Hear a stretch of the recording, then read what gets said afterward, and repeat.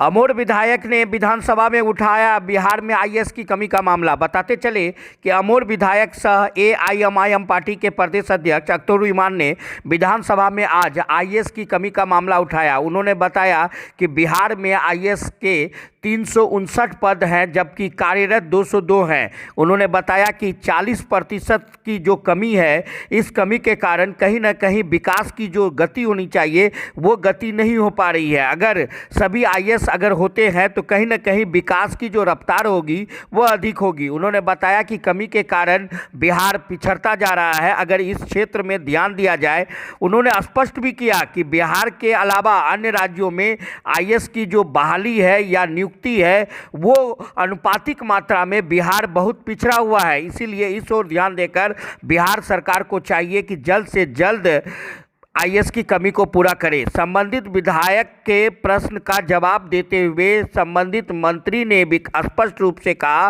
कि इसको लेकर प्रक्रियाधीन है और कोरोना काल के कारण कहीं ना कहीं ये जो रिक्ति है वो रिक्ति जल्द ही होगी और बिहार में भी आईएएस जो संभावित संख्या है वो पूरी करेगी।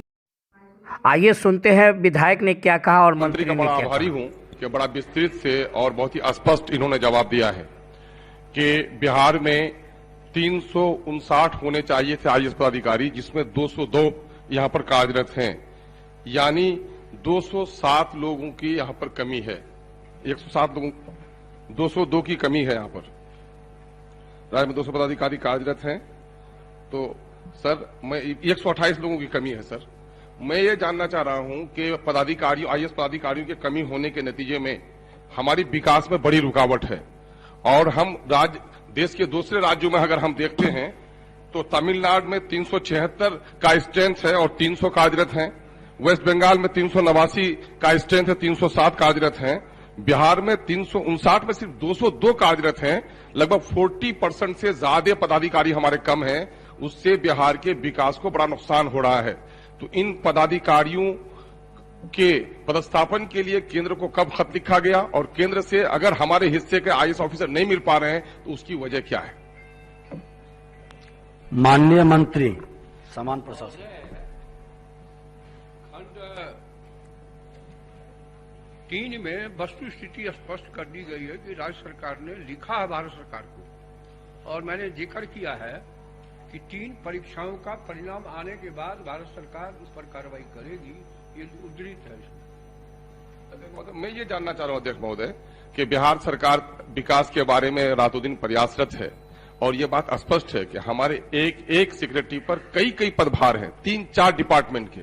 जाहिर है कि जिस पदाधिकारी पर अतिरिक्त प्रभार होंगे तो वो अपना काम सुचारू ढंग से नहीं कर पाएंगे।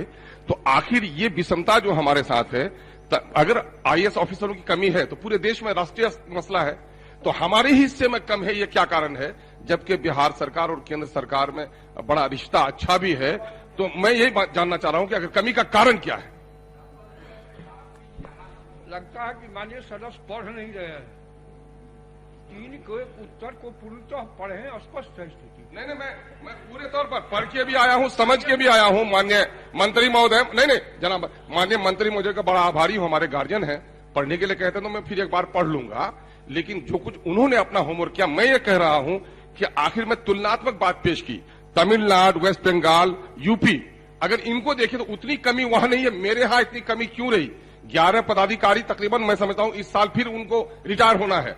तो इन पदाधिकारियों की कमियों में बिहार के विकास का ख्वाब कैसे पूरा हो सकता है? मैं ये जानना चाह रहा हूं कि ये कमी का कारण क्या है? दूसरे स्टेट में है और हमारे स्टेट में इतनी कमी ज्यादा क्यों है? उत्तर स्पष्ट है महोदय। मैंने अरे भाई पढ़िए तो, लिखा हुआ है कि 54 पदाधिकारियों की कमी है और 31 पदाधिकारी केंद्रीय प्रतिनियुक्ति भी हुई है।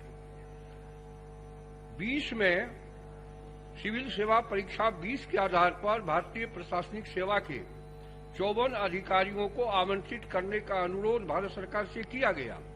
इसके अतिरिक्त केंद्रीय प्रोन्नति कोटा के विरुद्ध चयन वर्ष 18 के 22, चयन वर्ष 19 के 15 तथा चयन वर्ष 20 के 16 पदों पर नियुक्ति की कार्रवाई प्रक्रियाधीन है। तो बीच में कोरोना वर्ग के चलते परीक्षा में भी व्यवधान हुआ। जल्दी